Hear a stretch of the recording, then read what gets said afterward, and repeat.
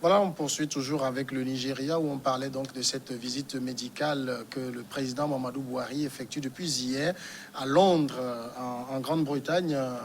Jérôme Sossou, donc vous faisiez le parallèle un peu avec Ali Bongo. Tout à fait, c'est comme ça qu'on donnait l'impression comme Ali Bongo ne serait jamais malade et que malheureusement il était tombé malade. Hein. Et tout ceci se fait encore comme si M. Faure Gnassingbé n'a pas droit à un temps de plaisir. Et pourtant, il arrive. Pas dessus, on sait qu'il doit se prendre. Bien sûr, c'est le plus humain possible. Tout à fait. C'est pour ça, moi, je me dis, pourquoi est-ce qu'on devait quand même continuer de nous cacher, de mettre un mythe autour de la santé. Je suis sûr que M. Faure Gnassingbé, à des moments donnés, il prend du plaisir dans son jardin avec ses amis, il cause, il boivent du champagne, etc. C'est normal d'ailleurs. C'est normal et c'est ce qu'on devait quand même souhaiter pour qu'ils soient en bonne santé, faire le travail pour lequel ils sont appelés. Maintenant, si des gens donnent l'impression comme quoi on n'a jamais parlé de l'état de santé, moi je voudrais juste donner un exemple. Je connais un député, il était malade. Et puis bon, moi je l'ai dit publiquement parce que des gens le réclament. Je l'ai dit que le député est malade. Après le député m'a dit pourquoi j'ai dit qu'il est malade, comme s'il ne devait jamais être malade. Et ça m'a beaucoup étonné. C'est pour ça que je dis, peut-être Madame Tchegan là-bas va me dire qu'il ne serait jamais malade. Peut-être qu'il va arriver un jour, on ne la trouve plus à l'Assemblée nationale. Elle a voyagé pour, comment appelle-t-on, visite de travail, etc. Alors que peut-être qu'elle est malade. Pourquoi est-ce qu'on nous cache l'état de santé de... Moi aussi, je suis souvent, parfois malade. Firmin doit tomber malade, tout comme Samuel. C'est Dieu qui a fait comme ça. Ouais. Et donc, je ne vois pas pourquoi est-ce qu'on va continuer de mettre un mythe autour de... Dites-nous que le chef de l'État, à ce moment donné, il est malade, on va même demander des prières. Oui, peut-être parce que c'est notre président. Vous demandez des prières, il y a d'autres qui vont demander sa démission. En tout cas, c'est notre chef d'État, en tant que républicain, c'est notre président. C'est notre président, c'est pas une question de coloration politique. Non, mais on ne sait pas pourquoi en Afrique, on aime garder ça. On a honte d'être malade. On a honte de tomber malade. Et puis, je ne sais pas, quand vous voyez même cette histoire de Covid, vous voyez par exemple, les ministres français qui chopent la maladie, ils le disent publiquement. Et puis, ce qui est intéressant, c'est que je me rappelle encore le cas de Boris Johnson. On communiquait à l'heure près. À l'heure près. À ce moment, le président, le premier ministre, il est sous assistance respiratoire. Son état est comme ça. Jusqu'à ce qu'il revienne. Mais le mythe, il est dû à quoi? Non, je vais même dire ceci, que cela ne tient pas seulement au chef d'État. Il faut regarder un peu du côté de l'opposition. Je voudrais juste donner l'exemple de Jean-Pierre Fabre et de Maître Apévon. Lorsqu'il était malade, il devait, en tout cas pour moi, communiquer là-dessus. Pour qu'on sache qu'il est malade. Si vous ne connaissez pas l'issue, il vaut mieux ne pas dire. Non, mais c'est la même chose qui se fait en réalité. S'ils communiquaient, s'ils disaient qu'ils ont chopé la maladie, je crois que ça va encore motiver des gens à trouver la réalité ou bien le sérieux dans ce qui se passe. Ce n'est pas à la fin, lorsqu'ils sont guéris, qu'ils vont... Bon, moi, le mythe est toujours là partout. Regardez par exemple, même dans cette histoire de Covid, ici au Togo, on se dit peut-être tous nos ministres sont sains. Parce que vous avez déjà appris qu'il y a eu un ministre... le ministre Acha. Oui, mais lui, le ministre Acha fait... Après guérison. Mais quand il chopait la maladie, on ne sait pas tout ça. Mais il n'a rien dit. C'est pas bien. C'est-à-dire, nous, on veut voir. C'est-à-dire, le pouvoir en réalité, quelquefois, doit être peut-être assimilé au quotidien. Quand tu es au pouvoir, tu demeures humain. Quand tu as une responsabilité peut-être ministérielle, tu demeures humain. Quand tu es député, tu demeures humain. Donc, c'est ce qui rend vivant la chose, ce qui rend extraordinaire ou exceptionnel la chose, c'est quand tu es président et puis tu fais des choses comme... il a eu des moments où tu fais des choses comme le commun des mortels. On a vu par exemple Barack Obama, des fois, il allait chercher du hamburger, du shawarma peut-être dans des coins, dans de petits restaurants. C'est pour s'acquérir de la réalité même de ce qui se fait. Et puis au-delà... y a une partie qui communique en quelque sorte. Quand le chef d'État sort, quand Fonia Sibé peut-être va aller dans un supermarché ou va aller au marché, peut-être s'acheter un peu de poisson pour sa cuisine, il va dire à la porte, non, moi je fais la cuisine ce soir. Il va savoir en ce moment-là combien coûte le poisson sur le marché. Le poisson sur le marché. Comment les bonnes femmes là sont en train de souffrir ou bien comment est-ce qu'elles font le commerce. Non, regardez, et puis même au-delà de la maladie, au-delà des vacances, un jour comme ça, le président peut faire une débarque sur... Ou il peut débarquer peut-être au marché dans un petit coin où les gens sont en train de jouer. Ah, c'est le chef d'État qui est là. Et il fait ça, après il disparaît. Donc, ce sont des choses, c'est une autre manière de communiquer. On ne veut pas chaque fois avoir un chef d'État qui est dans son palais. Le chef d'État, c'est quelqu'un qui descend aussi sur le terrain. Je rappelle aussi, nous sommes en Afrique, on ne va pas oublier de le dire. Vous avez tout ce mythe qui entoure le roi. Vous avez dans certaines communautés, le roi ne sort qu'une fois l'an. C'est ça qui participe aussi à construire. Non, ça c'est un royaume. Le royaume est différent. C'est notre héritage, c'est notre background. Non, écoutez, par exemple, quand vous voyez par exemple, les Français, ils ont gardé cet esprit royal.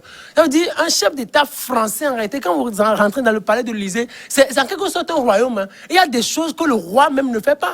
Il y a des questions même que le roi même ne pose pas. Donc, ils ont gardé cet esprit au roi, même si ils ont essayé de démocratiser les choses pour rendre mandat et ainsi de suite. Mais un chef d'État français, c'est un roi, c'est quelqu'un qui a une certaine autorité. Ils ont gardé l'esprit roi. Même la construction du palais de l'Élysée. C'est comme au Japon. Oui, donc il y a cet l'empereur qui est là. L'empereur ne sort qu'une fois l'an. Tout à fait, il ne sort pas du tout. Mais ici, on ne dit même pas ce que c'est. Vous voyez, c'est-à-dire ici, on adopte un peu de la royauté et on adopte un peu du modernisme. On ne sait pas ce que c'est, mais on sait que le chef de l'État, c'est en quelque sorte, c'est le premier homme du pays, c'est le père de la nation. Il y a tout un honneur qui lui est réservé, il y a tout un mérite qui lui est réservé. Mais arrivé à un moment donné, le roi doit sortir quand même. Le roi doit aller à la rencontre de son peuple. Je crois même que le chef de l'État est le premier exemple sur tout. Parce que tout le monde aurait voulu copier le chef de l'État. Oui, il doit inspirer, en tout cas tout le monde. Oui. Et c'est pour ça qu'on aurait souhaité que le chef de l'État soit visible régulièrement pour qu'on essaie quand même de nous identifier au chef de l'État. Mais maintenant, si le chef de l'État est là, tout comme un tout-puissant qu'on ne doit jamais voir, qu'on ne doit jamais rencontrer, ça pose problème. Ce qui fait que parfois, nos enfants ne connaissent difficilement ceux-là qui nous dirigent. On ne peut pas quand même dire, ou Madame Tchegan ne peut pas dire tout à l'heure que lorsqu'elle va se mettre dans la rue là-bas à décor, tout le monde va se dire que c'est la présidente de l'Assemblée nationale, ça. Peut-être que Madame Tomega, peut-être elle, puisqu'elle est souvent visible sur le terrain, peut-être qu'elle est souvent visible devant l'écran, bon, ça peut donner l'idée à l'enfant que peut-être il a déjà vu une fois quelque part, mais il faudrait que chaque fois où pratiquement régulièrement, que le Premier ministre, Madame Togué, aille au marché, Comme ça nous permettra quand même... C'est une vie en commun, quoi. Ouais. C'est une vie en commun. Il faut qu'il y ait une symbiose, une harmonie. Ça facilitera quand même la cohésion de la nation. En tout cas, c'est ma réflexion de la chose. Et puis Samia Niabi, c'est-à-dire, c'est pas pour dévier le sujet, mais on parle du mythe, on parle de le chef d'État, on voit pas. La première puissance américaine, les États-Unis, c'est la première puissance américaine. Le pouvoir américain communique. Barack Obama fait un règlement de descente. Il va de ville en ville. Mais quotidiennement, même la Maison Blanche organise une conférence de presse. De presse presque chaque jour. Et des fois, c'est le président même qui vient, qui communique, qui parle. Aujourd'hui, même ce soir. Depuis 16 ans, on n'est jamais resté devant M. Fonia Sibé pour lui poser des questions. Exactement. Donc, regardez, même aujourd'hui, même Macron parle encore. On ne trouve même pas l'occasion de le faire. Combien de fois le chef de l'État togolais, par exemple, s'est prononcé dans cette histoire de Covid? On a vu avril passé, après le 31 décembre. Mais Macron parle régulièrement. Non, mais ici, le comité scientifique parle à la place du chef du... Eux, ils n'ont pas de comité scientifique. Je ne sais pas si c'est le cas. On m'a dit qu'ils n'aiment pas beaucoup les paroles, ils préfèrent les actions. Donc on l'inscrit dans les actions, on va passer. Non, mais je vais dire quelque chose. Si vous permettez, je vais dire quelque chose. Par exemple, c'est un éternel débat. Boiry qui va se faire soigner à Londres. Il a déjà fait 4 ans à la tête de ce pays. Est-ce qu'il lui est pas venu à l'esprit d'arriver à construire un hôpital de référence où il y aura tous les appareils. L'autre abonné de Suisse, là, Paul Biya. Est-ce qu'il lui est pas venu à l'esprit? Il faut qu'on arrive à sortir de ça, quoi. Regardez combien d'un million peut-être d'euros qu'il va dépenser dans ce pays. Tant mieux, c'est l'État qui va payer. Oui, des millions d'euros, le contribuable nigérien. Alors que ces millions d'euros-là, il peut l'investir peut-être dans l'éducation pour former les jeunes et pour lutter contre le Boko Haram. Exactement. On va poursuivre maintenant. Avant d'aller sur le second sujet, je vais juste réagir sur cette information qui vient de tomber. Je m'en voudrais qu'on ne la commande pas parce que probablement je l'aurai au menu demain, mais c'est les nouvelles de la Cour pénale internationale. Eh bien, la CPI finalement a rendu sa décision concernant le président Gbagbo et Blé Goudé aujourd'hui, et la chambre d'appel de la CPI a confirmé l'acquittement de Laurent Gbagbo et Charles Blé Goudé. Mais c'est une joie, ça serait une grande joie pour le peuple ivoirien, parce que cette histoire-là, ça a fait tellement mal à beaucoup d'Africains, y compris moi-même. Parce qu'on ne peut pas se permettre que des étrangers viennent s'imposer à nous, que les étrangers nous décident de nous donner ce qu'eux ils veulent, qu'ils nous dirigent. Et je voudrais parler de Sarkozy qui a imposé, en tout cas, Ouattara à la Côte d'Ivoire. Et tout ce que ça génère aujourd'hui, tout le monde le voit. Et donc, moi, je crois que cette histoire, je crois que ça fait pratiquement 10 ans ou plus de 10 ans. C'était en 2011. En 2011 que cette histoire a commencé et que Gbagbo disait toujours qu'il est innocent, qu'il ne connaît rien de cette histoire-là. Et puis, heureusement que, bon, c'est tombé.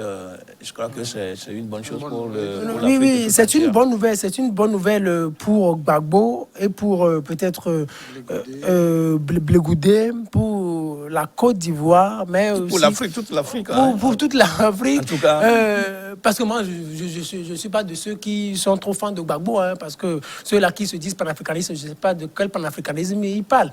Mais ce qui s'est passé avec Gbagbo, c'est une pure tricherie. C'est une pure tricherie. C'est une justice, ça a été une justice politique instrumentalisée pour le descendre du pouvoir, parce qu'arrivé à un moment donné, Sarkozy et ses réseaux ont voulu imposer Alassane Ouattara. Aujourd'hui, c'est tout un échec, une défaite pour Alassane Ouattara, et il doit commencer par réfléchir. Ça, comme on le dit, les taux se resserrent, se resserrent autour de lui. Il doit commencer par réfléchir. Et aussi, comme il est déjà dans son 3e mandat, il faut qu'il commence par réfléchir à comment remettre le pouvoir à une génération plus jeune. Lui-même l'avait dit. Comme lui-même l'avait dit. Et puis, c'est le moment aussi d'asseoir un dialogue pour discuter avec les anciens chefs d'État, Bédié, Gbagbo, parce que ce sont les trois là qui vont peut-être redéfinir une nouvelle carte pour la Côte d'Ivoire. Félicitations à ceux-là qui se sont luttés pour la libération, pour l'acquittement, mais c'est une grande honte pour Bensouda, Fatou Bensouda. Oui, moi, mon inquiétude... C'est un procureur, elle a fait son non, mais il faut la laisser. C'est un procureur. Oui, c'est un procureur. Mais le procureur instruit... Vous vous rappelez, Moreno Campo faisait son travail, Bensouda a fait son travail, le successeur de Bensouda, son nom m'échappe, mais il fera son travail. Mais de toute façon, on n'en Personne n'a jamais aimé le procureur. On n'en discute pas. Les procureurs instruisent à charge et à décharge. Mais Fatou Bensouda n'a fait qu'instruire à charge contre les deux. Mais de toute façon... Mais elle n'a jamais réussi à prouver, parce que le procureur, en réalité, doit venir avec des preuves, doit dire oui, il y a eu crime contre l'humanité, et maintenant, voici les preuves qui nous déterminent à demander à ce qu'on vous condamne. Mais Bensouda n'a jamais prouvé que Gbagbo a été auteur de crime. Malgré le fait qu'elle a fait appel, elle n'a jamais prouvé que Gbagbo est coupable de quoi que ce soit. Même si visiblement tout ce qui s'était passé, tout le monde l'a vu. Moi, aujourd'hui, mon inquiétude est que, avec la situation en Côte d'Ivoire, est-ce que Alassane Ouattara, qui s'est offert gracieusement ce 3e mandat, va accepter que Blé Goudé et Gbagbo arrivent sur leur territoire? On va voir déjà ces 2 passeports. Mais je suis d'accord. Une chose est d'avoir son passeport, l'autre chose est d'avoir la possibilité de rentrer dans son pays. C'est que Ouattara peut faire tout pour empêcher Gbagbo de revenir. D'accord, affaire à suivre. En tout cas, demain, on reviendra naturellement sur ce sujet. Notre deuxième sujet d'aujourd'hui, c'est le Congo. On va parler donc des partisans de Kolela qui ont déposé des recours. 2 recours déposés contre la réélection du président Denis Sassou Nguesso au Congo, où 14 organisations de défense des droits humains ont demandé mardi la libération également de 2 activistes arrêtés avant le scrutin. Le président congolais est réélu avec 88,57% des suffrages selon les résultats provisoires. Et l'élection a été également marquée par le décès de son principal adversaire, Guy Brice Parfait Kolela, victime d'une forme sévère de Covid-19. Selon la version officielle, juste le jour du scrutin, les partisans de M. Kolela, qui est crédité de 7,84% des voix, ont déposé donc un recours devant la Cour constitutionnelle pour demander l'annulation du scrutin. Jérôme Sossou, vous n'avez pas l'impression que ce recours, c'est juste pour la forme? Mais bien naturellement, ça ne donnera rien. Ça ne donnera rien. Si on sait que Parfait Kolela même disait qu'il n'aime pas la polémique, on sait qu'il était également l'opposant face à Sassou Nguesso à la dernière élection remportée. De la manière par Sassou Nguesso, où il appelait ses partisans à accepter la victoire de Sassou Nguesso. Et de toute façon, il disait également que même s'il y a à contredire, c'est-à-dire la décision de la Cour constitutionnelle, il ne veut pas de polémique. Maintenant qu'il n'est plus en vie, est-ce que véritablement ces recours ne sont pas juste pour amuser la galerie? Et encore que Sassou Nguesso, est-ce que véritablement... de toute façon, on sait que les institutions en Afrique ne sont pas fortes, et elles sont dirigées par des hommes forts, et que ces institutions sont inféodées aux chefs d'État qui, en tout cas, ont nommé ceux qui dirigent ces institutions. Donc, je crois que tout ce que les partisans de Kolela vont faire a quand même fait sourire Sassou Nguesso. Ce serait comme de l'eau versée dans le dos du canard.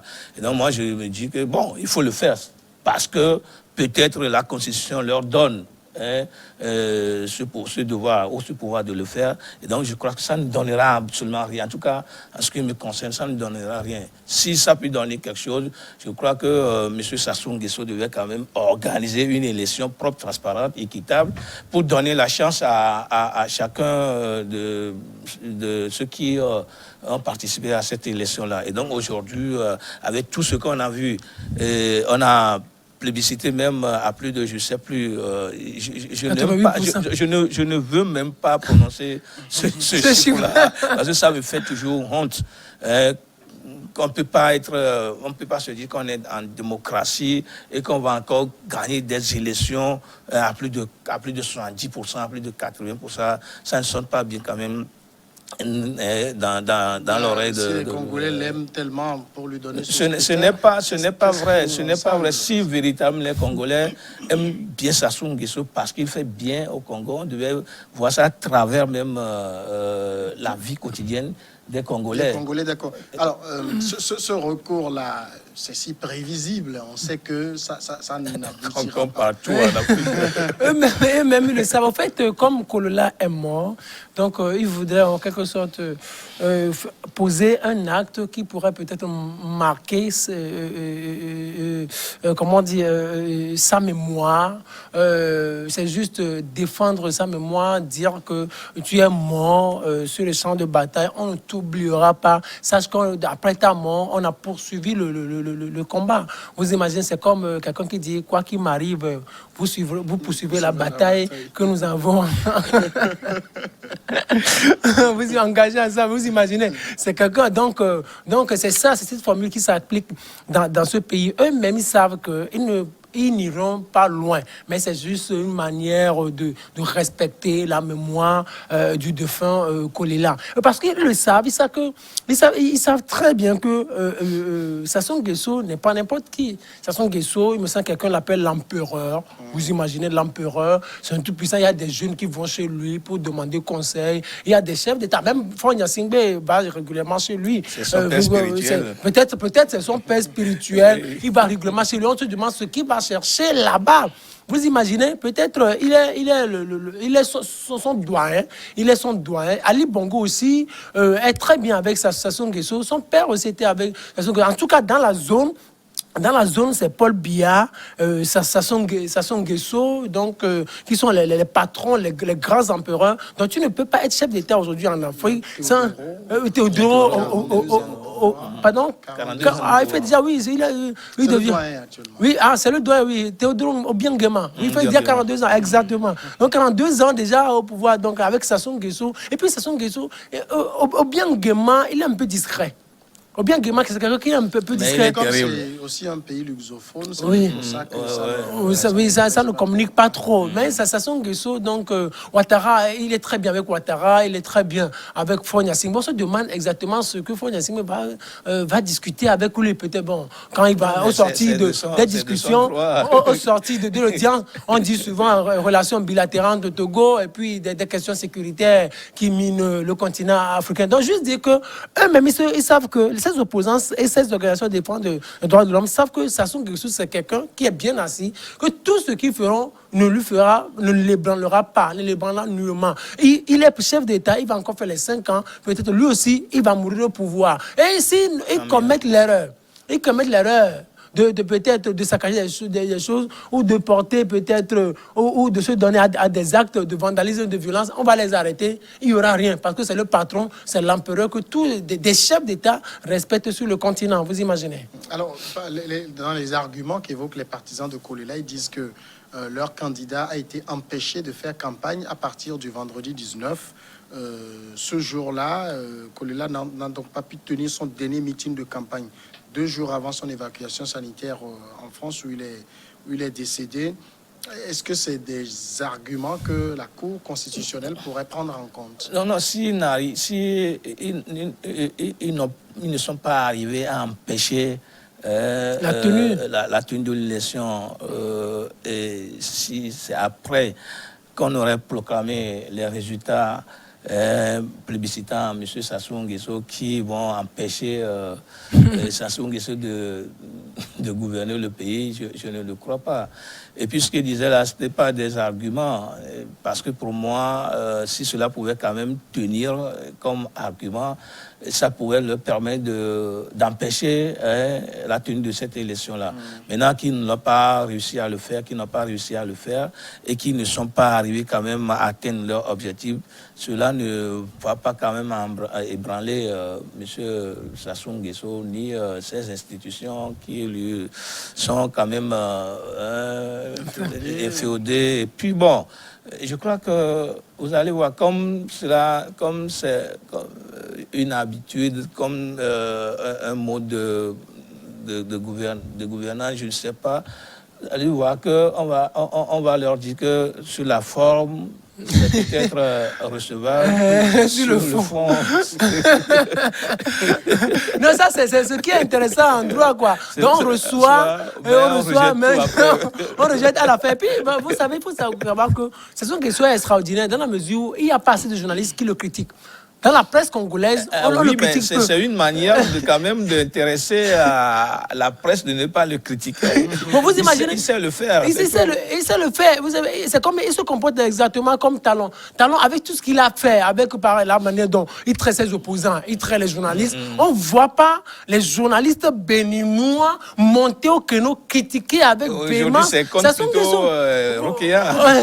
Vous imaginez, on fait arrêter une opposante. Vous imaginez, dans les chefs d'accusation, pas de terrorisme. Et il n'y a pas de journalistes, de journaux qui critiquent avec véhémence ces comportements-là. Vous imaginez, c'est comme Talon a mis la main sur la presse et les journalistes sont dans ce pays et ils ont peur. C'est la même chose avec Sassou Nguesso. Vous imaginez dans un pays où il y a des coins qui n'ont pas d'électricité, il y a des coins qui n'ont pas d'eau potable, il y a des coins où les enfants n'arrivent pas à aller à l'école. Mais le Congo-Brazzaville, c'est un pays riche, c'est un pays extraordinairement intéressant, mais les journalistes ne voient pas ça.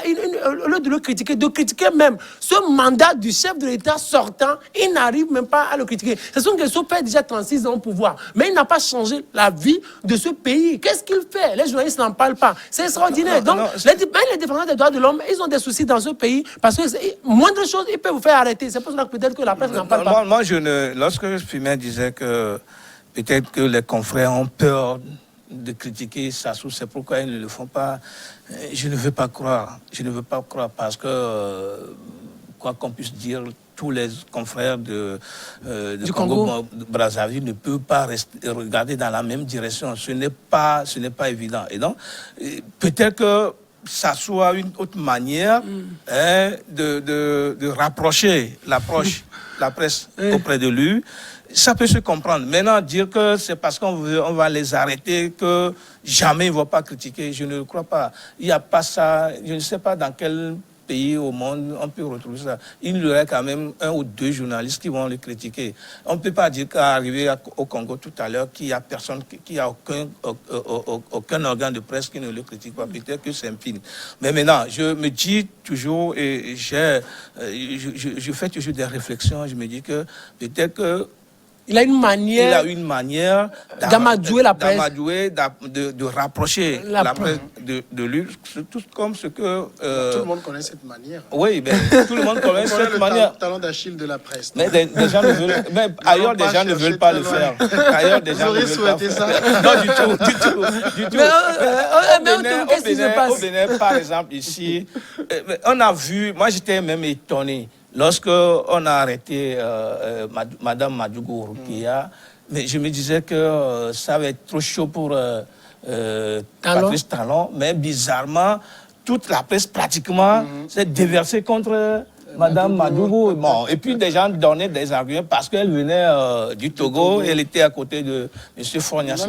Vous prenez... Oui, justement. Vous allez en Côte d'Ivoire, mais j'ai vu également... la une de la presse ivoirienne hier, c'est comme tout le monde est pour Ouattara. Alors avec tout ce que Ouattara fait là, il y a une manière, vous l'avez dit tout à l'heure, le talent d'Achille. Des gens le connaissent, mais ils ne veulent pas le faire. De toute façon, je ne les appelle pas à le faire. Mais ici, pourquoi ici? Qu'est-ce qui se passe? Ici, on est indépendant. Les gens se servent du talent d'Achille. Ici, on est indépendant, on ne nous touche pas. Allez, partons à la grande pause et on revient après le journal continue.